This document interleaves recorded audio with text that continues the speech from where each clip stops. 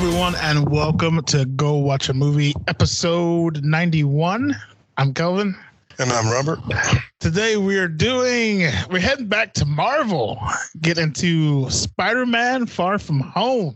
I'm excited to go back into this world so soon. But before we get into that, a little bit of entertainment news.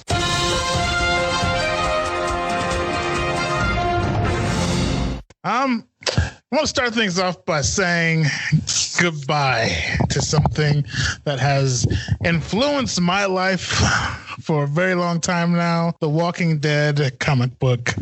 After 193 issues and TV shows and other books, and soon to be, I think 3 movies are coming. It's done, man. He's finished. Mm-hmm. Kind of sucks because I still read those religiously, but I guess everything has to come to an end. Yep, exactly. I was just going to say that. But I mean, like, I love the idea. I've always loved the idea of The Walking Dead. Like, you know, because his original idea was like, what happens after those heroes fly off in that helicopter into the sunset? The world's still fucked, you know. Mm-hmm. And he gave us a masterful glimpse into that. It's just gonna be rough. I'm not caught up fully yet, but now that I know there's an ending, I may slow down. Mm-hmm. It kind of sucks. But yeah, anyway, just want to toss that in when there. one door closes, another one's going to open up. You're going to find something else that's going to influence your life, and hopefully it's just as amazing. We'll see. I don't know. It's a tough act to follow.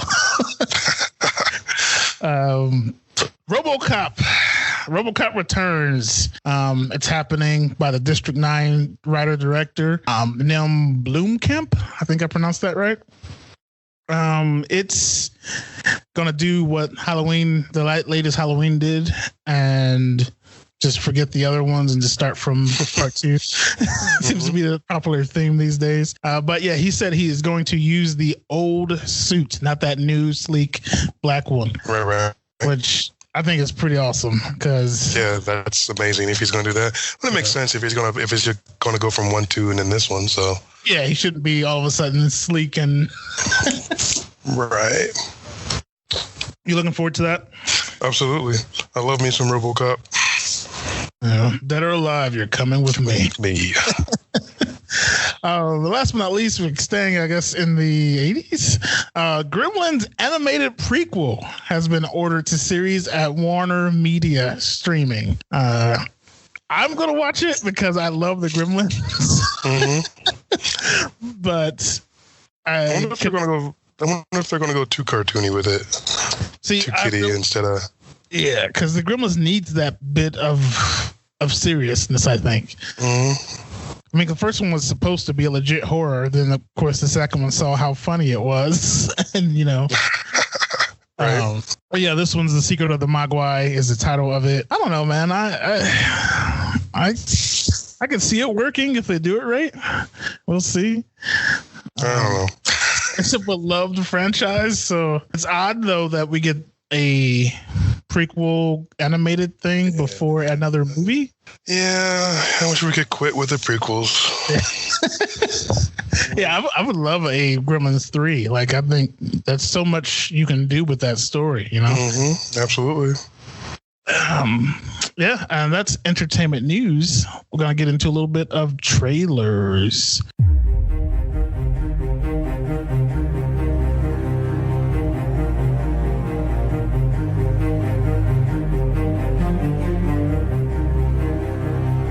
First to me, sir. Oh, go right ahead. I am going to go with one that is a sequel that kind of the first one shocked me. I'm going to admit it now. I was not looking forward to this original idea. The Jumanji. Once I found out that there was another one coming out after the Robin Williams version, I was like, okay, come on. Right. And then The Rock and Kevin Hart, I was like, son of a bitch, these two are everywhere. But then I watched it, and I laughed so hard, and they're so funny. I love the route they took, and they even paid homage to the older one. Like, they did a great job with it. Have you seen that one, the original or the second Jumanji? Yeah. Yes. It was fun. Yeah. I agree with you. It was... And there is a sequel to that Jumanji, so I guess a third in the series, because they do consider themselves a sequel to the original. Jumanji Next Level. And would it be fourth, though? Oh, because Zathura? Yeah, because it's Zathura. I kind of forget that one, but but yeah, technically you're right. It would be 4 because of Zathura. But yeah, Jumanji: The Next Level. Once again, when I heard they were making a second new Jumanji movie, I once again had my doubts. So I thought they did that one so well, and I was like, well, they can't. Why keep messing that up? You know. But I saw this trailer, and Danny DeVito and Danny Glover are tossed in there masterfully. You have they did a whole switcheroo on us. The guy who went in and became The Rock last time repairs the game. I guess it got broken somehow. Yeah, at the end of that one, I think the other one. And gets sucked in, so his friends come looking for him, and his grandpa, played by Danny DeVito, and his grandpa's friend, played by Danny Glover, also get sucked into the game, and things get flipped on their head. Now, the original guy who played The Rock is missing, but his grandpa, Danny DeVito, is now The Rock, and you get a Rock doing an impression of old Danny DeVito, and it's hilarious. And Kevin Hart is now Denny's Glover, and he's doing an old man voice. He's like, "Oh my goodness, why am I this muscular young man all of a sudden? Am I dead?" It had me laughing already, and I love that they're doing not just a redo of what they just did and something fresh, turning things on their head. I think Karen Gillian's character, Ruby Roundhouse, is still her same person. Yep. And now the muscular guy gets put into Jack Black's character. But yeah, it just looks funny. And Danny Glover's character thinks they're dead. And The Rock does the smoldering thing. And he's like, "Oh my God, is he having a heart attack? What's going on?" It's just, yeah, already had me laughing. So yeah, looking forward to that. You, sir? I concur that was a very good trailer. Mine is a little bit different, though. Different note. That's so funny. Mine is called Burn.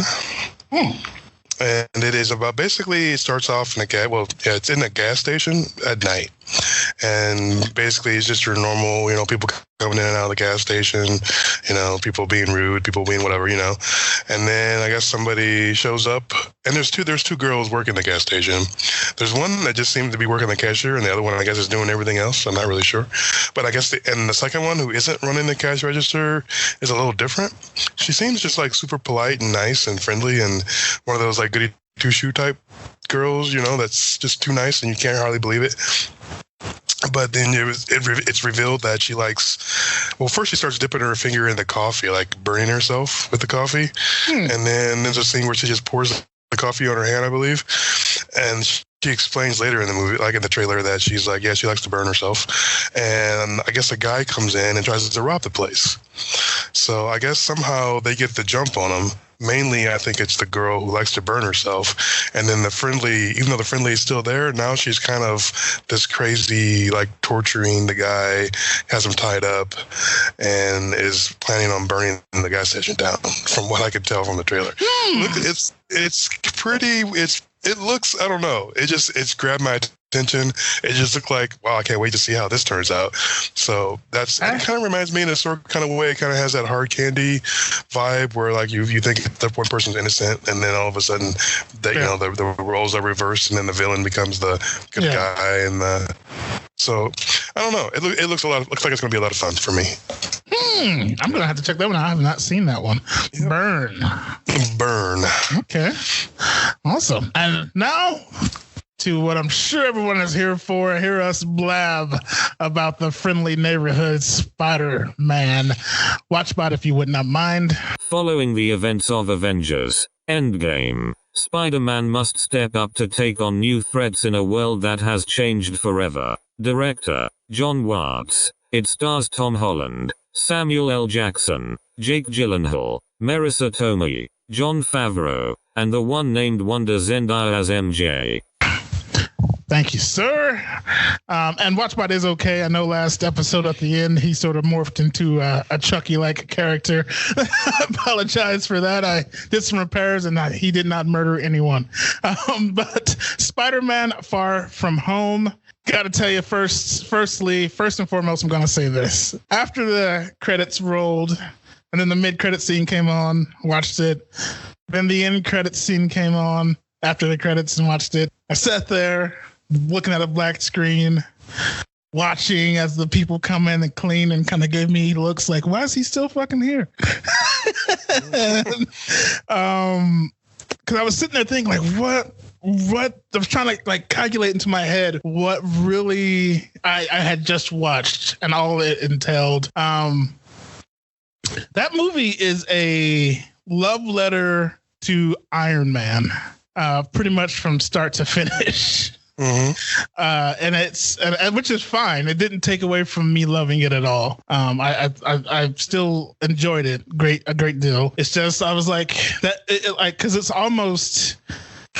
I kept getting this feeling like I've seen this before, and some scenes were pretty much, they spoofed and made fun of the fact that they were copying. But it's like, we'll get into it because I don't want to spoil right off the bat. But yeah, so overall thoughts, sir. What did you feel on this one?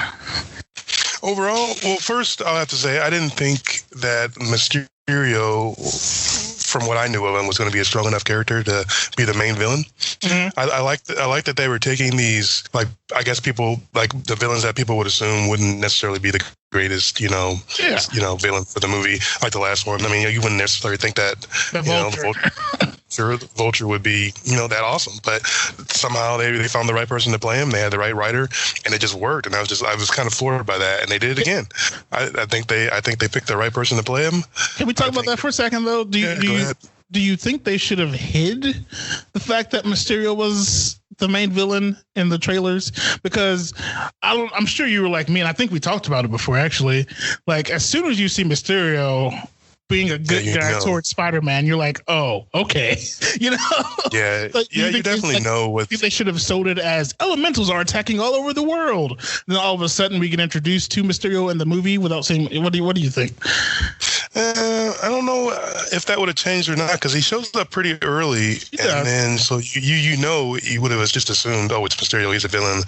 At least they tried to hide it, they tried a little bit, and they did hide quite a bit of what when Mysterio and Spider-Man fight, they did hide all of that, so that was good. Yeah, but I don't know if it would have changed. I mean, it's Mysterio, that's the villain. As soon as you see him, it clicks in your head. Mm-hmm. So maybe they wanted to soften the blow. Yeah, they wanted to soften the blow in the beginning. Maybe it's going to be Mysterio, so you might as well, get over that part and then see what we did with it. And I think it's Jake Gyllenhaal. You don't want to hide that pretty face. Yeah, you want to be able to sell your star power there. Yeah. But I think they did it. I think just same way with the last one. I think they took a villain that I didn't think would be the person that could hold it by himself. I would have assumed he would have another villain in the movie to help. Yes. But no, he didn't need it. I think he did. I mean, it worked, and I agree. Sorry. Go ahead. I was gonna say, thank God people have stopped doing that. Like, remember the old comic book movies? It would be like 4 or 5 fucking villains. Right. Like, what the fuck is going on? Yeah, sometimes it's a little bit much, and but still, yeah. I mean, it worked, and I gotta say, like, even it was like what you said about it being so much about Tony Stark. I completely agree with, and I don't know if I did kind of feel like it was just another good Marvel movie, because they're always good. I didn't really connect, so much as like I've seen it before. I felt like it was fresh enough for me that I didn't feel like, I was rewatching something that's I've already seen.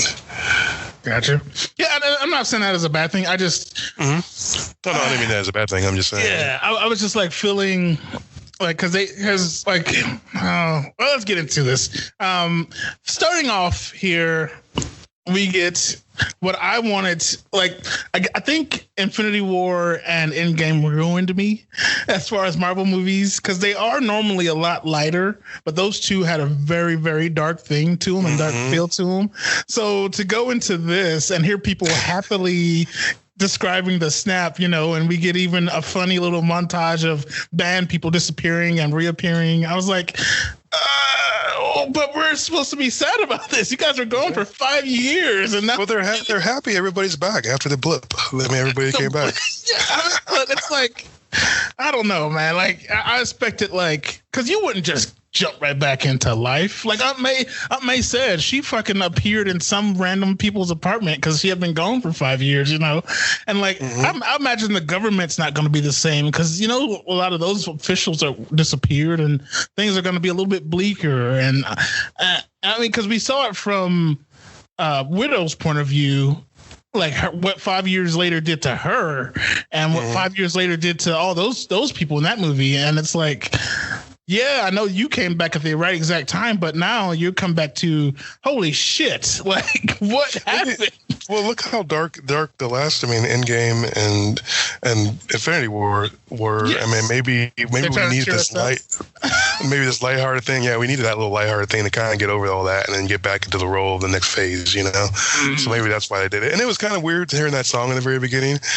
And I was thinking, what are they doing? And then you see the montage. You're like, this is like something on the internet. It's like somebody would put together, which is pretty much what it was. So yeah, I mean, I think it was the right way to just. They did a masterful job of that too, because I had that same thought. I was like, am I in the wrong place? Is someone just projecting?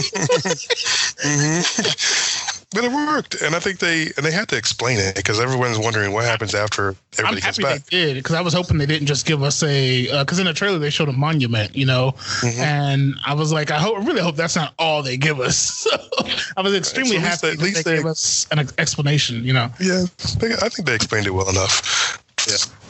I just, like I said, I like, cause Infinity War is a pinnacle for me as far as Marvel movies go. So it's hard for me to go from that bleakness to now I'm getting back into happy Marvel. We're back, but Spider-Man is your friendly neighborhood Spider-Man. We're not in space anymore. So, you know. Yeah. But yeah, so that happens, and you know, the kids are forced to go back to school even though they should be older, you know, and like the siblings are older now who were once younger, and which I think that's cool. And Peter is going through a crisis of which I love how this movie displays that, because that's one of the things I love about Spider-Man. Yes, he has all this great power and all that, but as his catchphrase is, with great power comes great responsibility, and that has not changed for him. The kid he wants to be a kid. He wants to find love. He wants to hang with his friends. He wants to enjoy life, but poor old Peter can never do that. And this brings me to the biggest question of the day, Robert. Did your Peter tingle for this movie? Peter tingle? I didn't feel any tingly. I got some tingly feelings doing this movie. Maybe not my Peter, but all over everywhere else. Yeah, I thought that was that's a pretty dirty joke to have in this movie.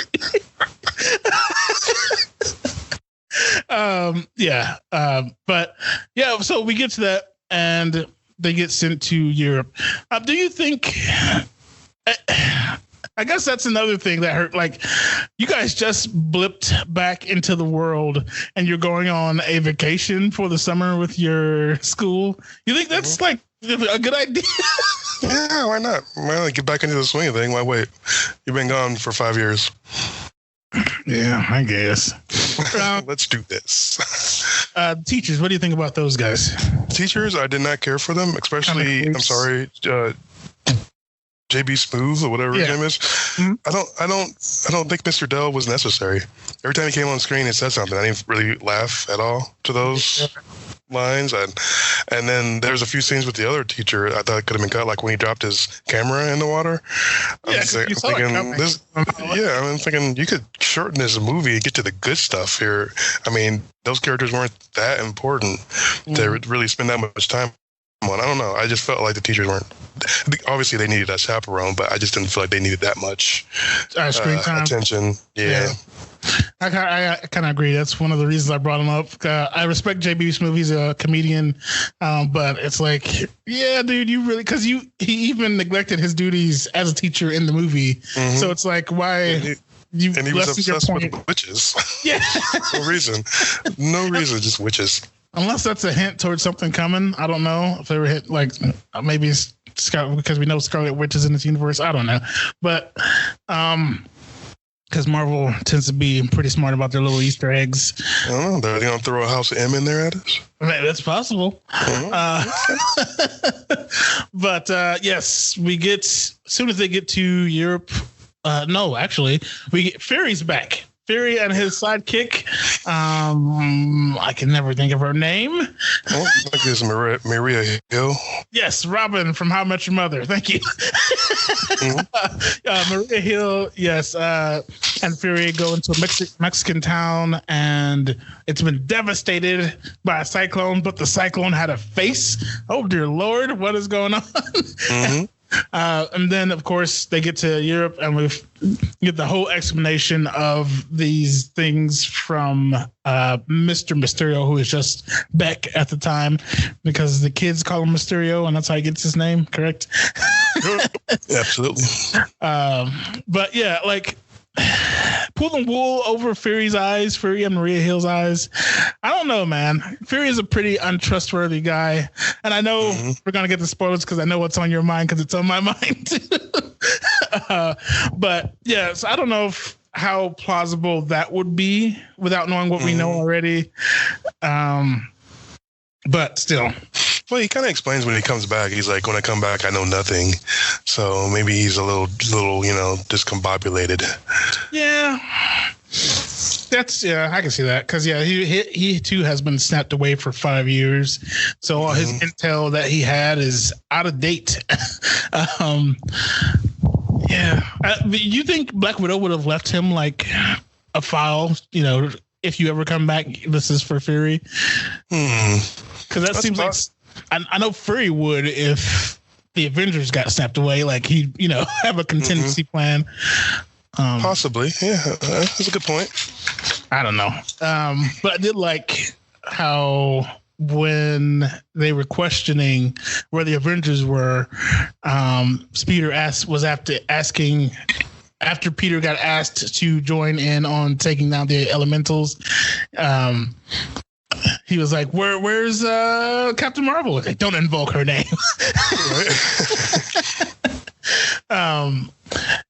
What'd you think of the whole elemental storyline? Like, did you like that or no? I didn't dislike it. I mean, it seemed plausible at the time. It is a comic book movie, so maybe there's some rogue elementals from another dimension attacking Earth. I don't know. Sounds ridiculous, but I wish they would have.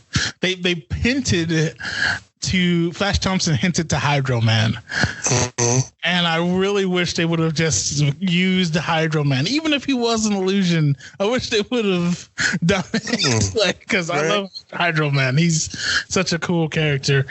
But yeah, I think we need to get into spoiler territory because otherwise we'll have to keep beating around the bush.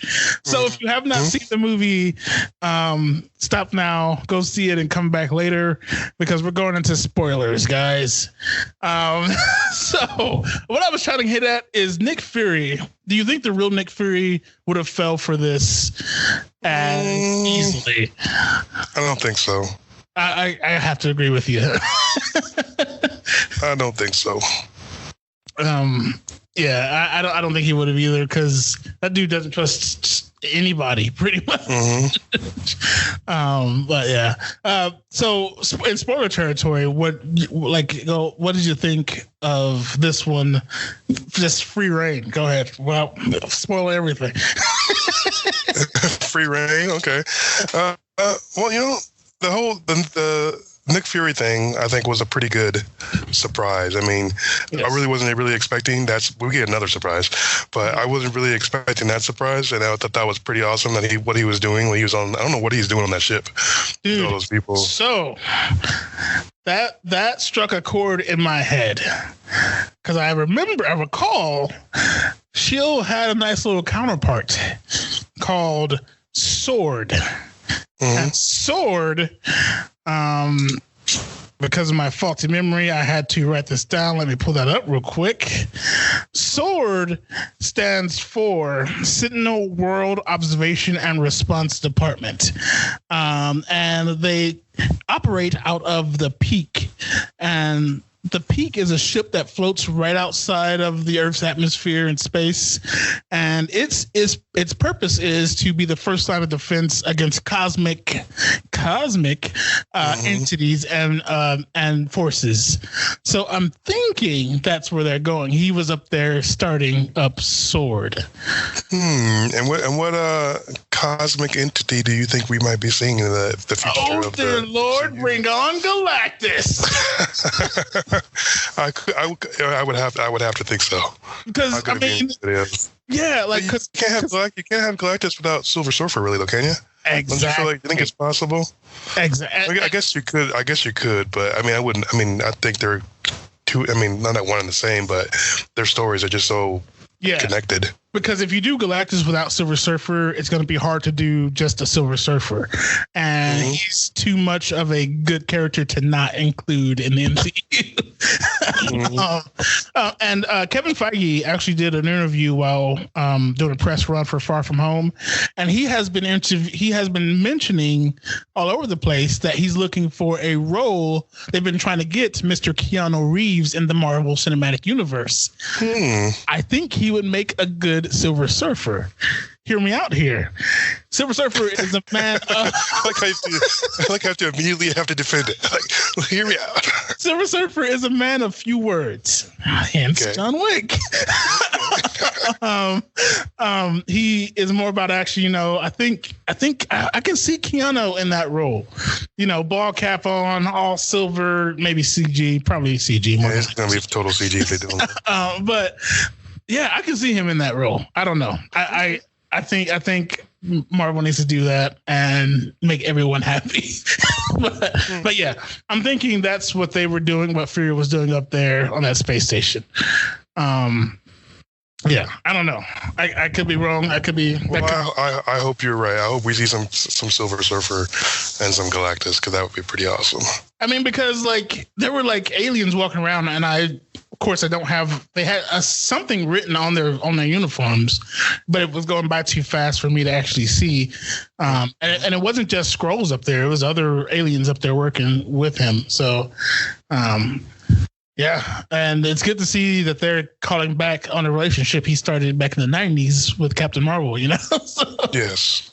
But yeah, I mean, this is about Spider-Man, right? But a little off track. I mean, I love the love angle in this. What do you think about? I laughed so loud in the theater. If those people were in that theater who were with me, I apologize. Edith, what Edith stands for? Yeah, that's Edith a nice way to keep. I'm a hero. Yeah, nice way to keep Tony Stark alive, and the glasses. That the look, because that is totally all the way. Oh man. I don't know, man. Leaving those to Peter. I think it was the right choice. What? Yes. He saw the potential. He saw the potential, and he also saw that when he offered him all that power and originally with the Iron Spider suit, he turned it down because he said, "I just want to be like, your friendly neighborhood Spider-Man right now. I just want to be a kid." And he saw the potential. He saw he wasn't power hungry. So who are you going to give all that power to? Somebody who isn't power hungry. I think Fury could have handled it. No, Fury would have went crazy with power. Fury already has so much power. You could call down nuclear strikes. But but I think it would have been too much for him. I think I don't want to invoke like some DC lingo, but you see where I'm getting at. Yes. Yeah. So I think super style. Yeah, it's like. Yeah, I can see that. But I also, that's another element added to Peter's character. Like that, the reason why I love Spider-Man so much, he doesn't want that shit. No. He wants a normal life while doing what he needs to do as Spider-Man, which is, he knows his limits. He's not going to be the hero who, I guess he has been, but normally he's not gonna like intentionally run up against a god, a god level character. Right. He's like, I know what I can do. I'm gonna do that, and then I'm gonna try and live my life as normal as possible. But I enjoy Edith. I like what they did with it, but it made me kind of, because in the comic books. Recently here, they did and it fits perfectly with what they did with this movie, a touchable hologram of Tony that still flies around in the Iron Man suit, and Tony's living vicariously through that. When you open the helmet, there's a hologram of Tony with his personality downloaded into it, and everything. And they could totally do that in these movies if they wanted to, Yep. But I guess that'd be too much. They want the emotion of Tony being gone felt, and I felt it in this movie big time.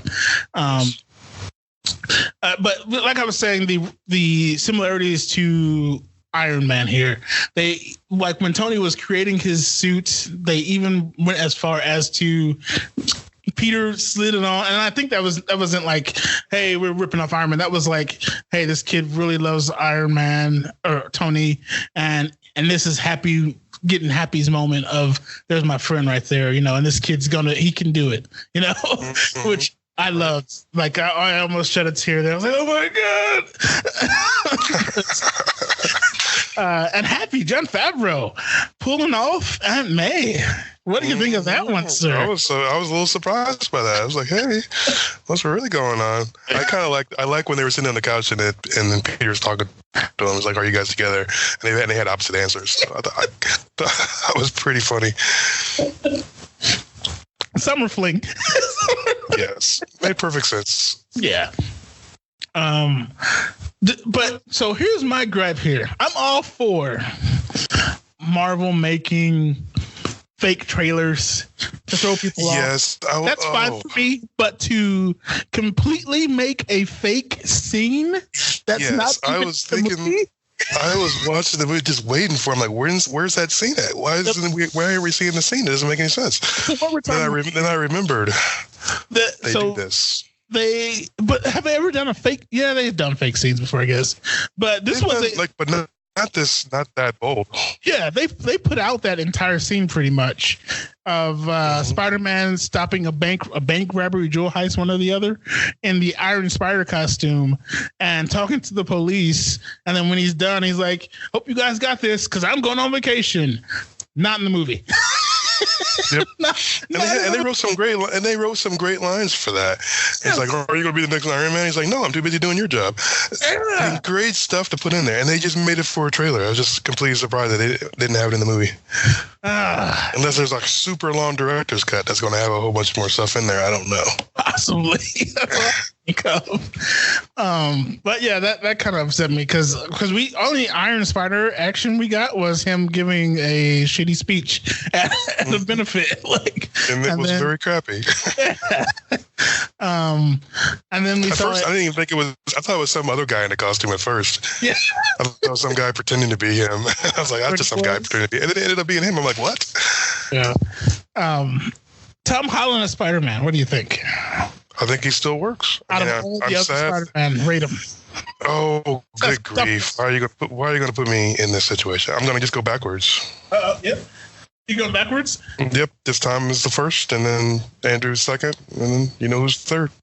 Oh, Toby gets third. I'm sorry, Toby. I just feel like I think Tom's doing a great job. I'm sad that he's not going to get any bigger. He's not going to get any taller. Other than that, he's a great Spider-Man. He does a good job, and he's like he's English or something, isn't he? Yes, he's English. He's doing an accent, he fools me every time. I'm just like, that dude's American. And I've been watching a couple of things about him. He is 87% of the time the person in that suit because he is that athletic and that agile. Yeah. Yeah, which is just awesome. He probably did a lot of dance or something. Yeah, most people who are like that have a dance background, so that's a plus for that. I'm gonna go with my favorite current is Tom, of course. Then Toby. Then really, I hated Oh wow, I just blanked on his name. Middle Spider-Man's Peter Parker. Andrew Garfield. I hated his Peter Parker so much, and Peter is what makes awkward. That character for me. Like if you can do that awkward nerdiness, that makes it for me. The reason why I liked him as Spider-Man is because he had that awkward nerdiness and he went to super confidence when he was Spider-Man, and I like the contrast that he was able to go from one to the other. For me, he was too cool as Peter. Like collar up, gelled hair, bacon, basically. Sorry, Bacon, if you listen to this. Rewatch that. Nerds are cool. Spider-Man. No, what? Yes. Nerds are cool. Nerds are cool. If you look at a nerd from back in the day, now they're like the coolest thing that ever walked Earth. Now they're wearing the tight leather jacket and their hair's poofed up and they walk around with the cool glasses. I'm gonna disagree. And all the jocks have gone bald and have, dad bods and beer bellies and, I know how I dress, Robert. I'm not cool. You don't know that. Somebody else is looking at you going, that dude's awesome. But Toby, I think Toby gets a bad rap because of part 3. But those first two are gold. I love those first two so much. At the time, they were super enjoyable. You couldn't imagine something better, but then we got something better. So yeah, we did. And then so let's get to ending. Other ending, because first end credit scene. Now we're going into super spoiler territory. So if you're still here and you haven't seen it, shame on you. I do want to hit on one point before we jump into that.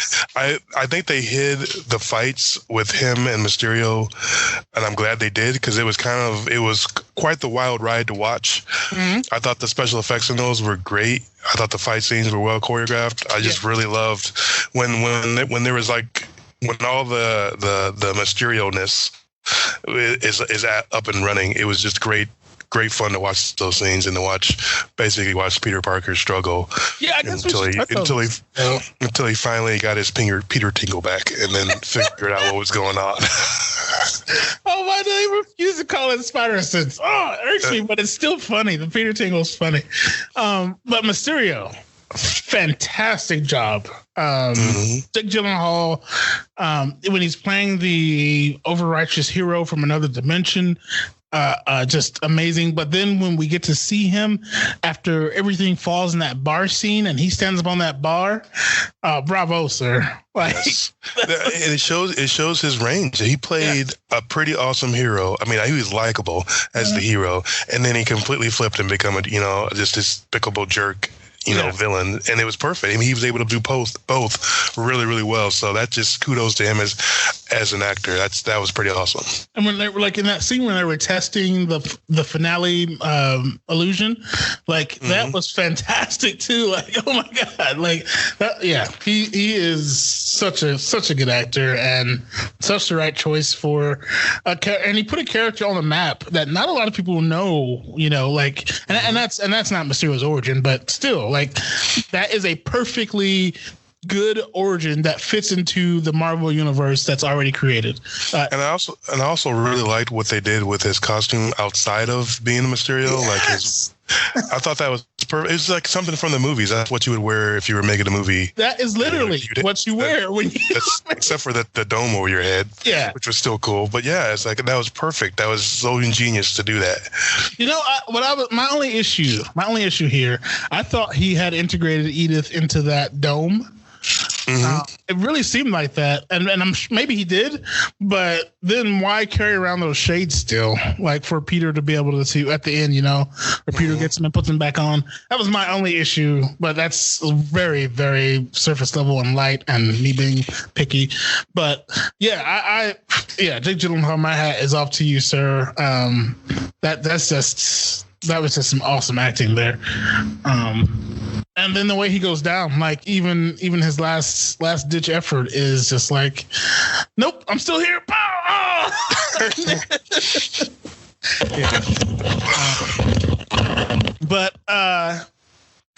So let's get into the end credit scenes here. The first one. Fury isn't Fury. Fury is actually, God damn it, I forgot his name. the lead Skrull from Captain Marvel and his wife is playing Maria Hill. Wow. Mm-hmm. Didn't see that coming. I did not see it coming, especially after the whole "You Got Me" scene with Fury, which I thought was cool. But I guess that was actually no, that was real. Yeah, that was real. I'm having trouble deciphering illusions from reality here. But yeah, the whole "You Got Me" scene where Fury is like in the window, he's like, Maria, be ready for all obstacles, and she runs up to the roof. Then the drone, when Peter breaks the drone thing, and it just appears in front of Fury about to shoot him, and she nukes it. Like, those Skrulls are pretty well trained. Yeah, that was around. That was legit Maria Hill there. Like, she would have done. She has Fury's back like that. Mm-hmm. But yeah. I did not see that coming. I thought that was a cool twist. But then we get something more.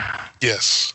Then we get Mysterio mentions in the climax of the movie that he has a plan. Yep. And we don't see what that plan is. We see a person in the training room take a flash drive. And I'm assuming he gave that to, ready for this, drum roll, J. Jonah Jameson, played by J.K. Simmons. You got that right. He's back, motherfuckers. I'm surprised they didn't put a wig on him, but I guess that fits. But yeah, J.K. Simmons is back as J. Jonah. And Mysterio's last hurrah is turning everyone against Spider-Man, saying the drone attacks were him. But he goes further to say Spider-Man is Peter Parker. Yep. They hinted at it because they were like, he's like, Spider-Man's talking to people, like wondering what he's going to do. They kind of hinted that maybe he was going to reveal. And then it was a forced reveal. And it's also kind of reminiscent. What was it? Was it Civil War II when he reveals himself? Civil War? I believe it was Civil. I think it was Civil War II. Oh, you're talking about comics. Yeah, the comics. The comics. I'm pretty sure it was Civil War II where he that actually happened. Well, he outs himself. Yeah, which he's done a lot of times throughout the comics. But so I kind of feel like they're hinting at that a little bit as well, but it was in a different way because it was obviously forced. But then this is it confuses me in a way because I'm thinking, okay, the next one is just going to be completely tied into this one. So I feel like it's, they're like, you know what I mean? Like two movies, but they're... But once again, this took me back to my Iron Man feeling. Like, because at the end of Iron Man 1, he reveals, I'm Iron Man, And of course, this was forced. It wasn't Peter's choice. But there's so many homages to Iron Man 1 in this movie that just kind of struck me as like the last, I am Iron, like, because Tony didn't give a fuck. Tony was like, right. Yeah, I'm Iron Man. He wanted the glory, he wanted the fame. As Happy described him, he's a kid, an overgrown kid. But it makes me super curious. Obviously, they're going to have to hit on this on the next movie. Oh God, yes. I mean, they can't not. And I don't want to just glance over it in the beginning. I feel like the whole next movie is going to be about him not, you know what I mean, being enemy number one.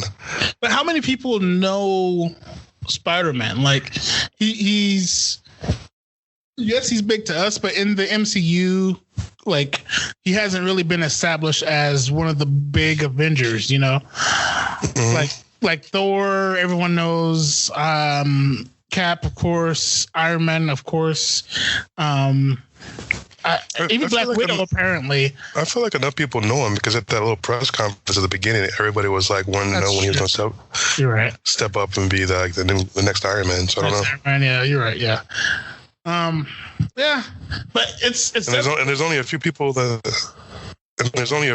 know that that's not the way it happened. Mm-hmm. So, I mean, the overwhelming, majority, especially people who believed Mysterio, and it's going to happen. People are going to believe the liar with that proof. Even if it gets proven false, there's still going to be people who are going to believe it anyway. Exactly.